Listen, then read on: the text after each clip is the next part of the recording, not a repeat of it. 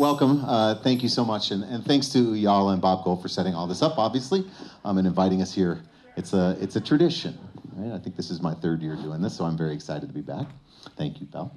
But it's interesting because John said OTT, and then he also said OVP, right? And we have all these acronyms, and we were having the conversation earlier.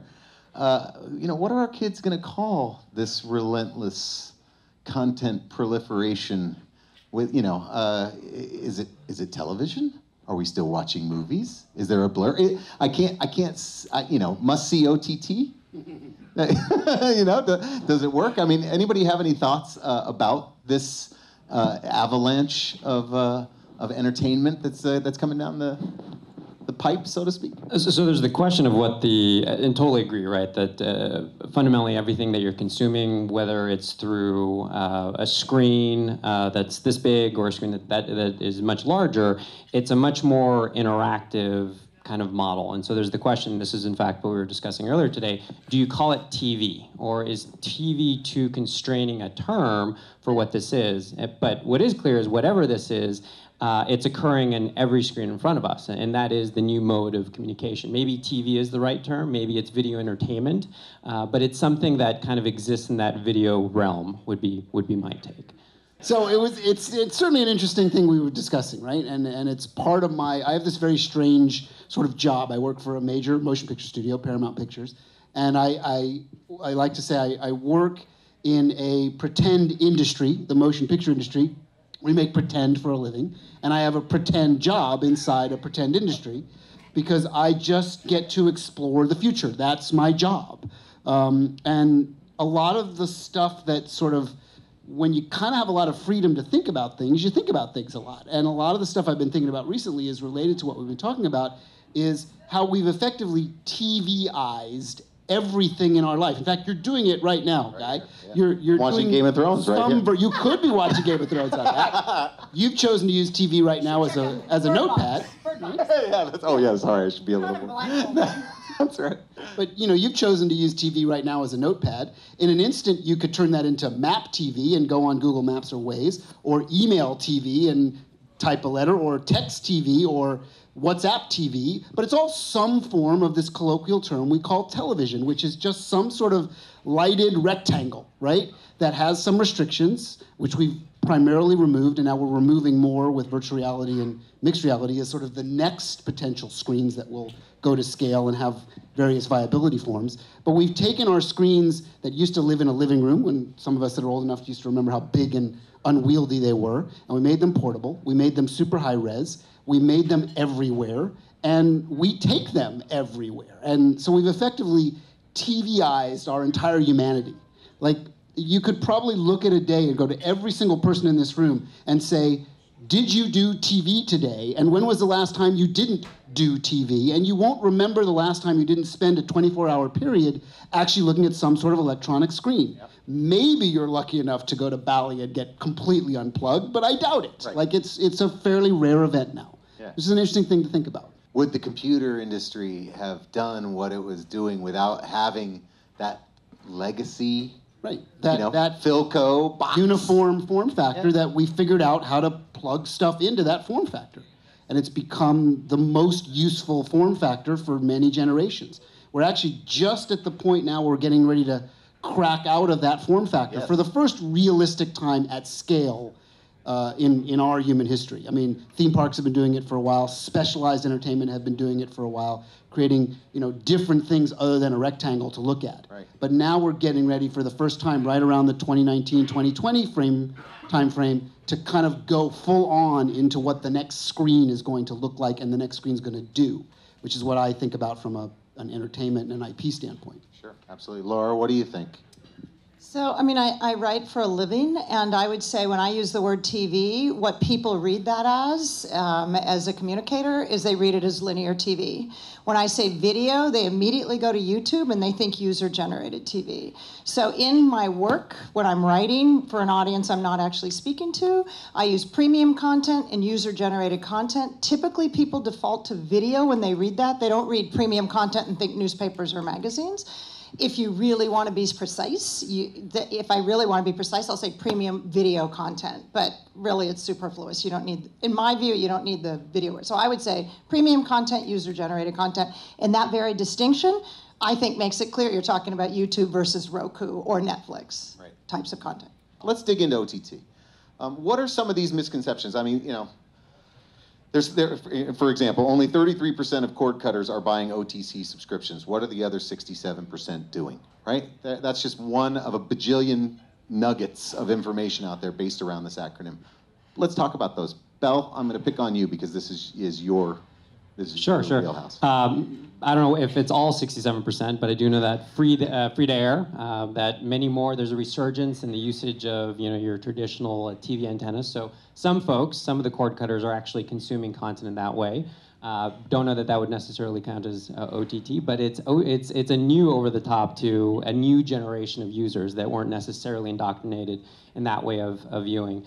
But maybe going a little bit back to the previous question and kind of sets up what I'm going to say.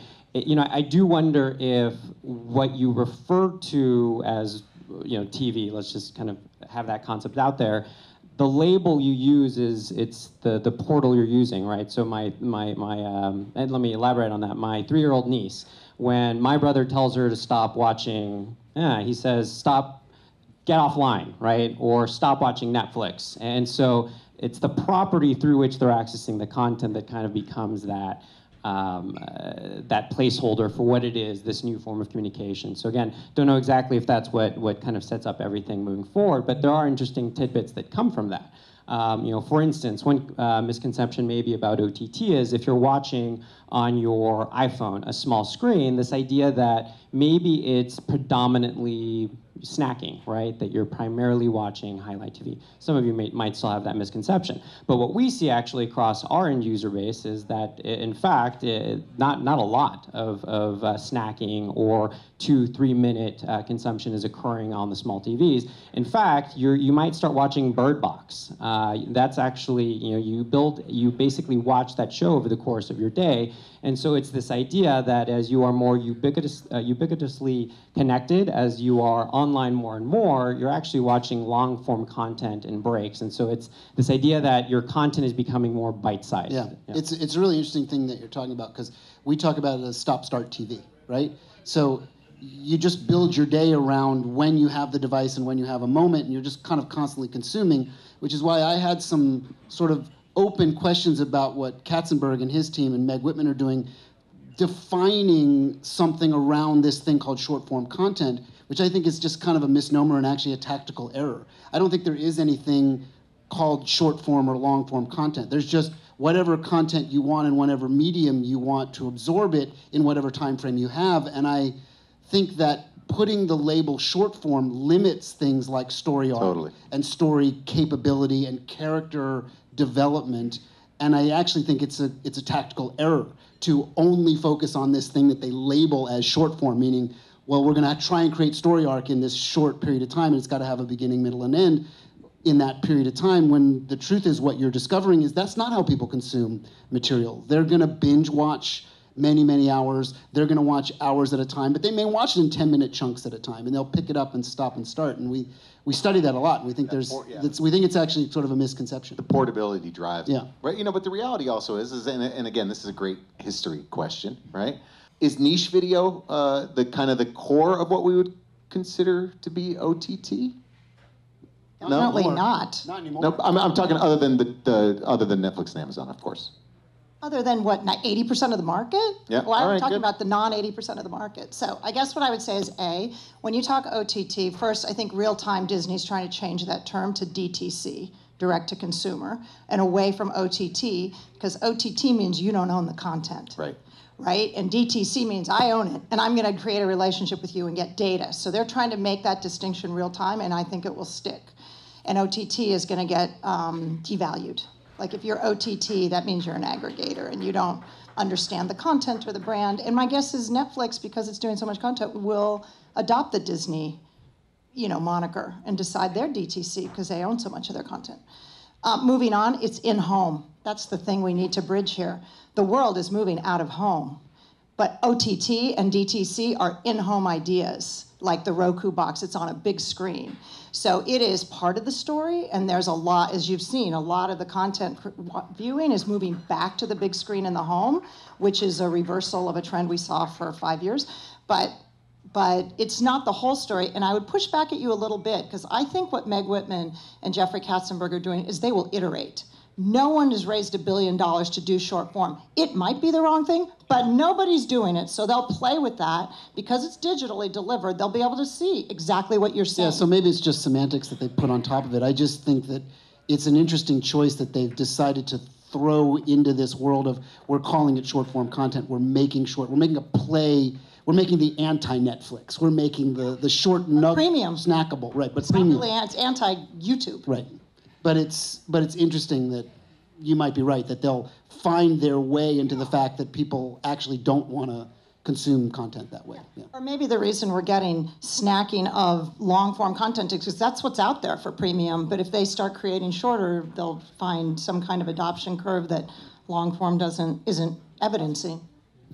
And maybe going back a little bit to the niche aspect of it, I think as a standalone kind of, it's not going to be the main draw to a platform, but some interesting behaviors that we've seen across the various properties that we power, especially across Southeast Asia, is what might attract an end user to a property might be something like a Bird Box. And mind you, of course, we don't power Netflix, they power their technology themselves, but those, globally recognized titles, that's what tends to attract a consumer to become a subscriber. But what happens after that point is also very interesting, because it tends to be the local content that they start watching immediately after. So if you're powering, let's say, a property in Telstra, they're going to be looking at the Australian soap operas, right? That's what they're consuming at actually about the same rate as the globally available content. So niche content, I think, does have a role to play, and it maybe tends to be the thing they become addicted to after they're a subscriber. And at least that's what we've been seeing. So what I'm curious if you are studying is the fact that the idea of streaming delivery, right, of this internet level delivery, IP delivery of massively marketed content is actually the wrong thing at this point. Like, is it highly inefficient, both cost and like ability to push, when you're talking about they're marketing one piece of content on Netflix and they expect a whole lot of people to watch it within a short period of time, more like a traditional broadcast, which was very efficient, one to many, right?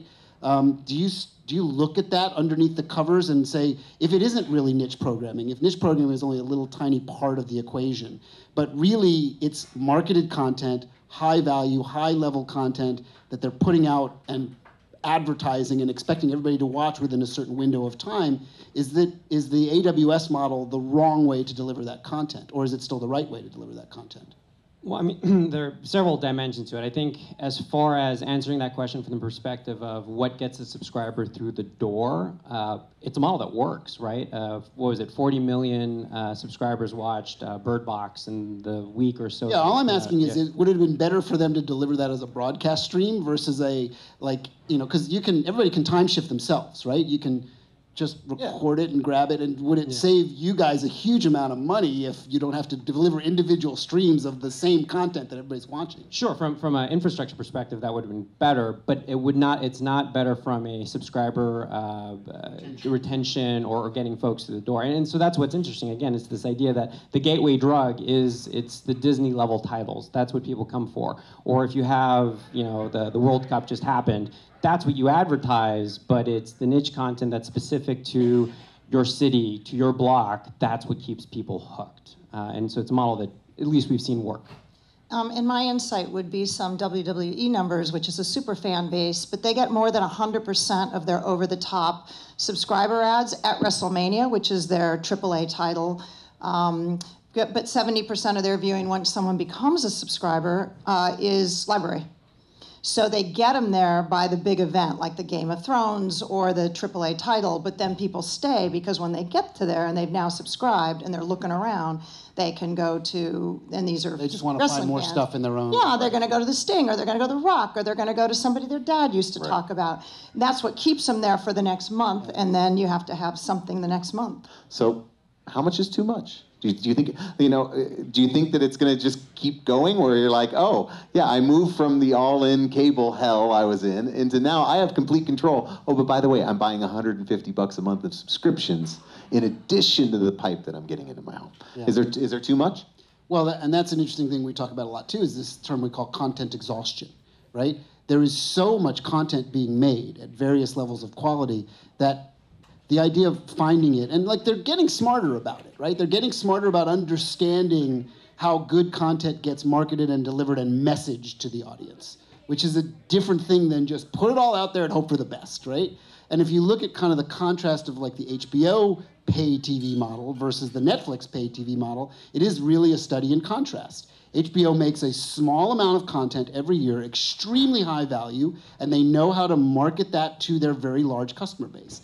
Netflix and Amazon are making much larger, more plethora of content, and even like I live in the heart of LA, right? And it's impossible even for them to market it correctly because they only own so much billboard space, right? They actually own almost all of it now around LA, and they're constantly changing out that thing you're supposed to be watching this week, like every 2.5 days. And you're like, wait a minute, oh yeah, I was supposed to watch that show. Oh, I missed that. You just completely, it's overwhelming. And I get that there's sort of a big strategy of the retention and the hold the subscribers and make sure they get enough. But at some point, is enough too much? Like, do you start to kind of rage against that machine and say, actually less is more? You need to actually focus on building higher quality content and delivering that and marketing that to your audience as opposed to just massive amounts of content. I mean, is there something that is that you see the industry leaning more towards? I think the internet, so Netflix has moved everybody except 5 people down to LA. They are now an LA-based firm because they're telling us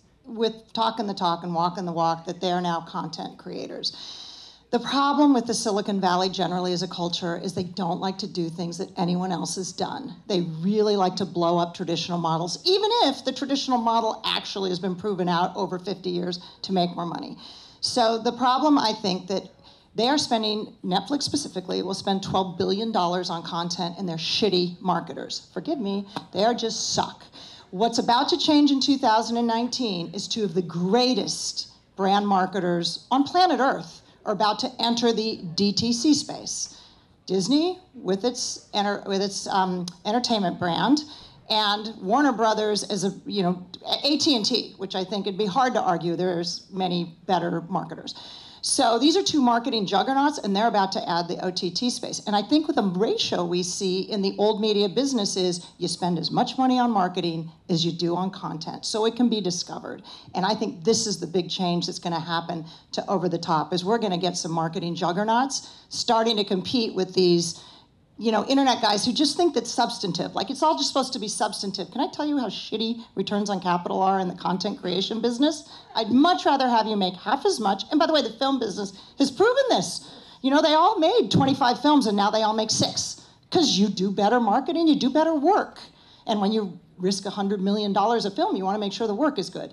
So I think the traditional content creators have actually got the winning formula, and I don't think the Silicon Valley, they're just like, we don't care, they're all idiots, we're going to do it differently. Guess I'll stay exactly where I am then, not moving. Exactly where you are. So, and Wall Street hates this. Like, they actually have a new CFO at Netflix. If they can't access capital markets, they will bankrupt themselves. They have 1 year of cash on their balance sheet. Now, like I said, they fired their CEO. The CFO's leaving, they got a new one. Maybe he'll run a better balance sheet, but right now they will burn through $4 billion of cash. They have $3.5 billion of cash on the books, which means if they don't have access to capital markets, if we freeze them again, Netflix is going under. It cannot fund itself. So I think that's a bad, those are lousy returns on capital, in my opinion. What about the 2 things? One, we do need to talk about that global element, but what is hyperlocal? What does hyperlocal mean in OTT? And this is for all 3 of you. Or, yeah, Bell? Sure. Or maybe it's just for Bell. From a hyper-local perspective, the best example I can think of is what we do with one of our customers, and they're more on the weather side of things, news, and but I do think there's some learnings that can be extracted from what they're doing, and how it can apply towards a new dynamic with sports content or even with a full feature-length film. But it is this idea that content that is hyper-local to you, and in the case of weather, that's very simple. It's showing you weather that's specific to where you might actually be. But let's say that you're talking about something like sports. I'm from the Bay Area. I'm a bandwagon fan of the Warriors. I'm totally okay saying that. But what I might hear from a commentator perspective is a little bit different from, say, the fan in Oakland or the fan in San Francisco. And in fact, you are starting to see some of the behaviors switch or move in that direction. This idea that, again, you're making the content available in smaller bites. And that's because you are snacking, and you're snacking in infrequent kind of moments. And so you're finding different ways to be able to monetize that. And that creates an opportunity within the context of hyperlocal, because if you're engaging for just the fourth quarter, your ability to localize just that segment of that stream, it's a lot easier, right? Because you can give the sports commentator feed just for that fourth quarter in a way that is more compelling to you. So again, we derive some of our insights from what we're seeing from weather news, but I think you can apply that to some of the other segments. I think an interesting part of the hyper-local stuff is the stuff we were talking about before in terms of the ease of entry of creating professional-looking content, right? The YouTubing of the world, the ability, everybody's got something, they're very inexpensive, they're easy to access, and there's almost no separation between what a very expensive camera can create and a very inexpensive camera that anybody can create. Of course, the person behind the camera often has something to do with that, which is why we're still in business and doing okay. But the idea of in a certain era of time, there was a gating item of the ability to know that it was just hard to make content. It was expensive, so you had to sort of trust in the media because not everybody could just make media, right? You sort of hired people and they went through a vetting process. Now, effectively, the entire society has no vetting process, and now we have delivery mechanisms that anybody can put any kind of content they want out on the web, OTT style, and find an audience for it. And is it an interesting sort of ultra dangerous time when you have no gates? And it's an I don't have an answer to it. It's just an interesting discussion that technology companies like yours probably need to think about and apply some weight to, right? Who's putting what up? And certainly Facebook is wrestling with this, Google is wrestling. They're wrestling with the problem of free speech and their own sort of how do they create their gates, right? Which is an interesting thing to think about. So my insight would be that I think the market is becoming polarized or binary, which is we're getting $5 million an ad unit for the Super Bowl in February, and we're getting $3 million for the Oscars. So reach is super, super valuable. 20 million, 30 million, 40 million unduplicated viewers simultaneously is really valuable to some very large advertisers.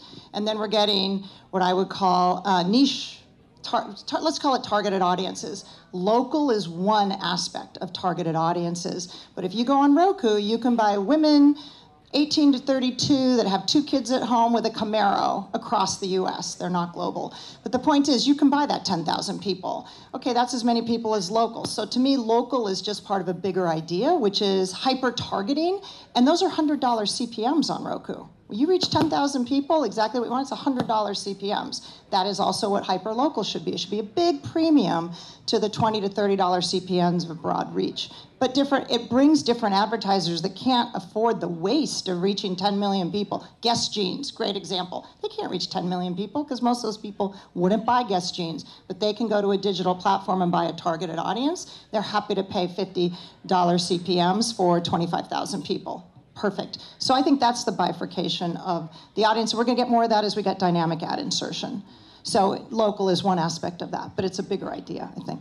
There's one interesting element of that, just to emphasize, because I think it's super important that you have this feedback loop now, and the feedback loop didn't really exist beforehand because, to your point, it was very difficult to create a high quality, locally focused, what have you, whether again it's news but it's possible to do that. So it's possible to produce high quality content now. And it's also possible for that content, more often than not, to find an audience with the targeting abilities that you have. Whether or not you can actually create a sustainable business is another issue. But because you have those two things, you have that feedback loop, and that's what allows the focus of local to continue to just grow. But I think you're right also that it's an aspect or dimension of an overall broader monetization strategy. Local is not a strategy unto itself. Is there some other monetization model that we're missing? Is there something out there lurking? Yeah? Well, and to your previous point about part of the issue with why maybe subscription and advertising hasn't necessarily flourished under an Amazon or Netflix is it's the marketing aspect. So I think that's a point that's very well made. But then there is also, as one of the others, or one of the other items that you could put in that other category, is this idea of microtransactions. And there is a question of what's the kind of market segment for which microtransactions could work.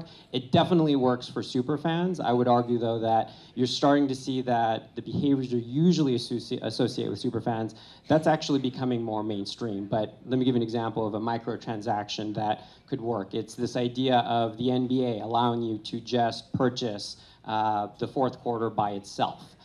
It's potentially, if you take that to a more natural extreme, it could be something like gambling for a penalty kick in soccer. Is the guy gonna kick it into the upper left or the upper right?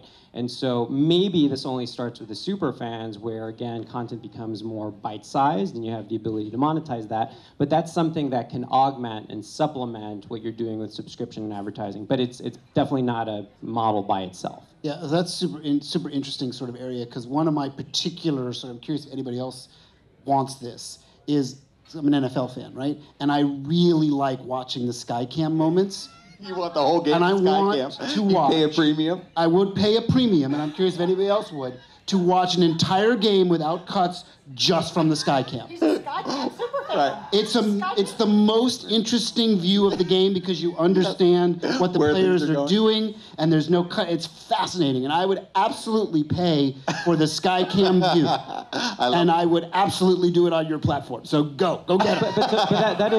But I think that is the question, though, right? Is that I think there's a super fan in all of us, right? For something, right? And it's about this is the beautiful thing about scale, and when you have the data, you can find that one thing that you can leverage to, I guess, be very blunt, extract as much money out of that subscriber as possible. But that is the thing. I think there's a super fan in all of us, and if we could give that and provide that optionality, that's a way to get $5 additional dollars from you every month, because we know that you love the Skycam, and for someone else, it's probably something different. It's interesting, though, because basically also, first of all, microtransaction isn't the right word for that, right? Because you think microtransaction is like, how can I make a penny with 10 billion people, right, over the next 3 months?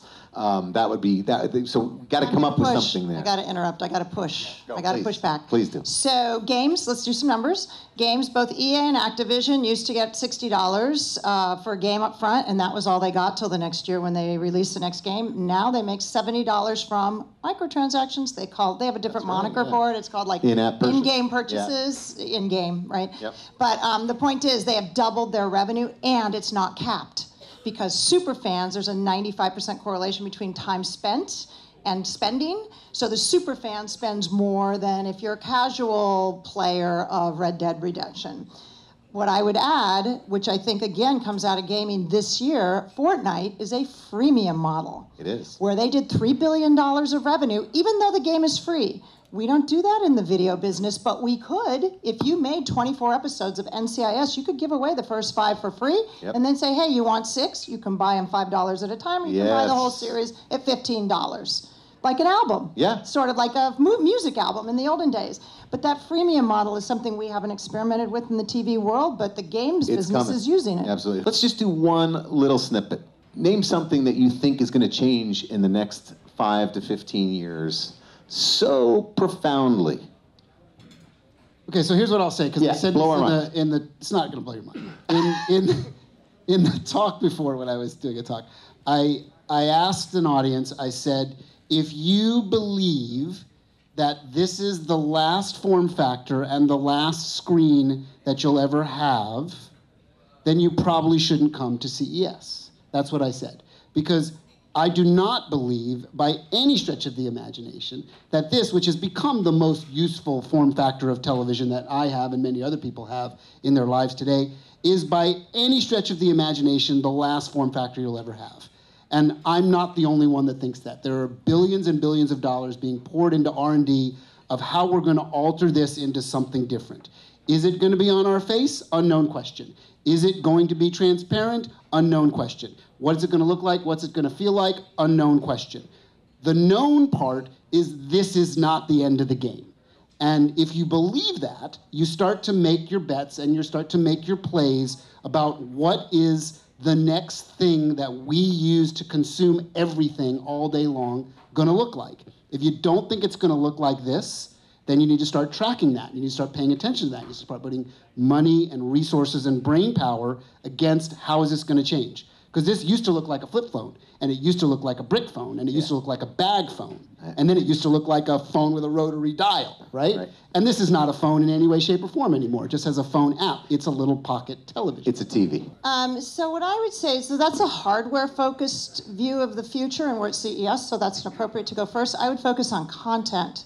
And I think over a 10-year frame, we're going to get a convergence or we're going to have gamification of content. We're going to get short form going into long form so that people like storytellers aren't going to be beholden to a 20-minute or 50-minute with commercial kind of stories because of the binge watching.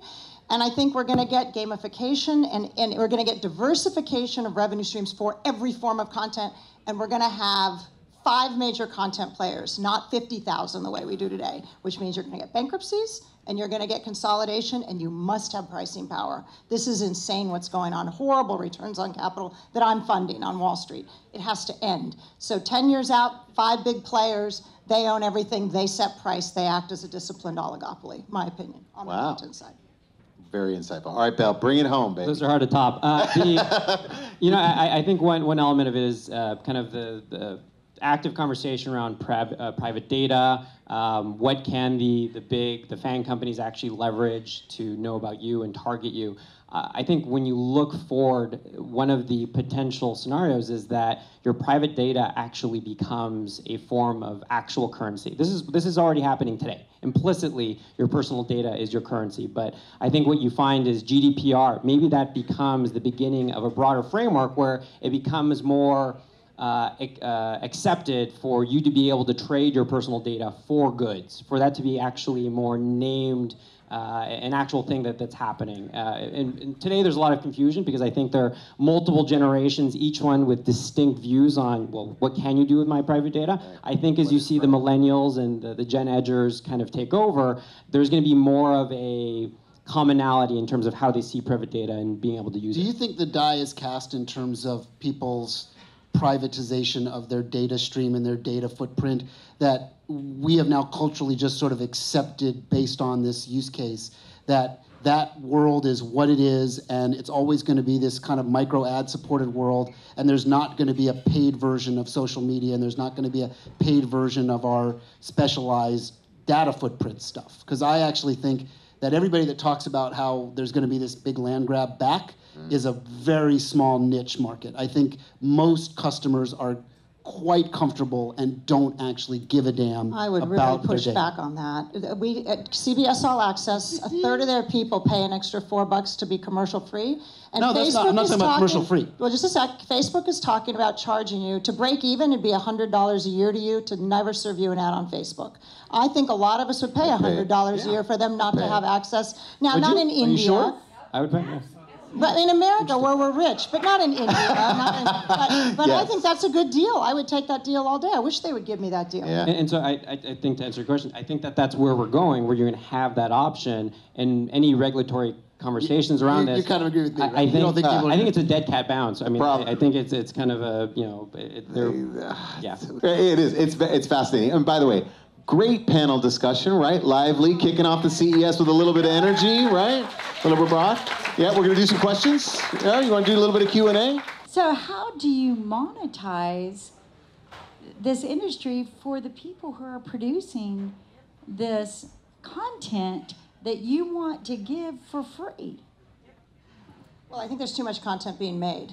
I think there's probably, they're saying it's 500 new series last year. It's probably going to be 700 this year. It's too much content. There needs to be 200. So content overlay. I'm sorry, content overlay. No. There's two. So meaning that whoever's funding you right now, eventually those funds will not get a return on capital, and my market or the private market will stop funding them, and they'll pick winners and losers. There's a huge controversy right now as to whether Netflix is a winner and a loser, because we're giving them $12 billion a year to make content. So the answer is subscription, plus advertising, plus microtransactions, plus sponsorships, plus events. Look at the games business. The esports business is really clever as a lead indicator to what has to happen in entertainment.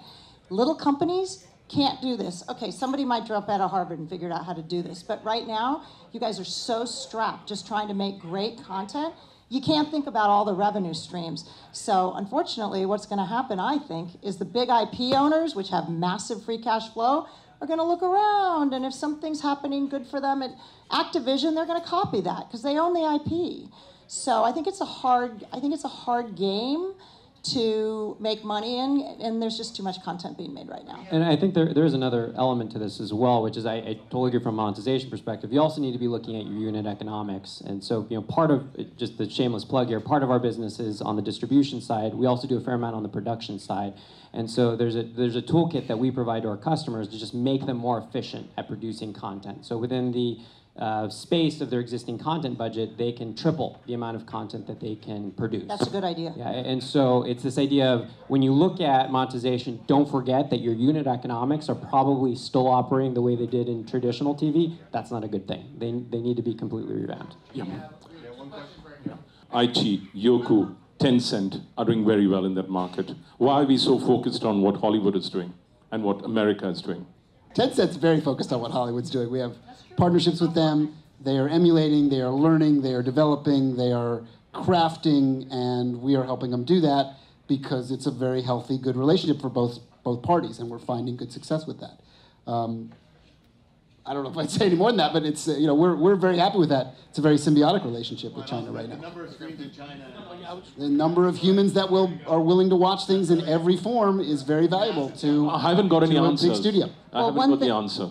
One thing I would say about China that's just really scary is, I don't know if you saw, but for the first time in 9 months, they finally started approving video game releases again. For 9 months, they haven't had a single video game release, but it underscores the, I would call, capricious and arbitrary decisions of the government. So if you put a theme park there, or you're one of the 24, if you're not one of the 24 films because they didn't like something you conveyed, it's risky business to devote capital with China in mind. So of course, if you're Apple, it's a big enough market. But from a media point of view, it is really risky business to put assets on the ground there.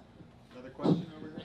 Right here, you were talking about niche earlier. Something that I'm look at a lot is there's really, really, really niche services like the new DC Comics programming. Just only DC Comics stuff. Or, we saw Filmstruck fail because it was like just art films. Do you think that will ever really work, or do you think all of those things are going to fall by the wayside and get scooped up? I think I go back to, and maybe it's too much of a cop-out answer. The unit economics, there are a set of thresholds where if you can operate below that threshold, you can make a service like that actually work.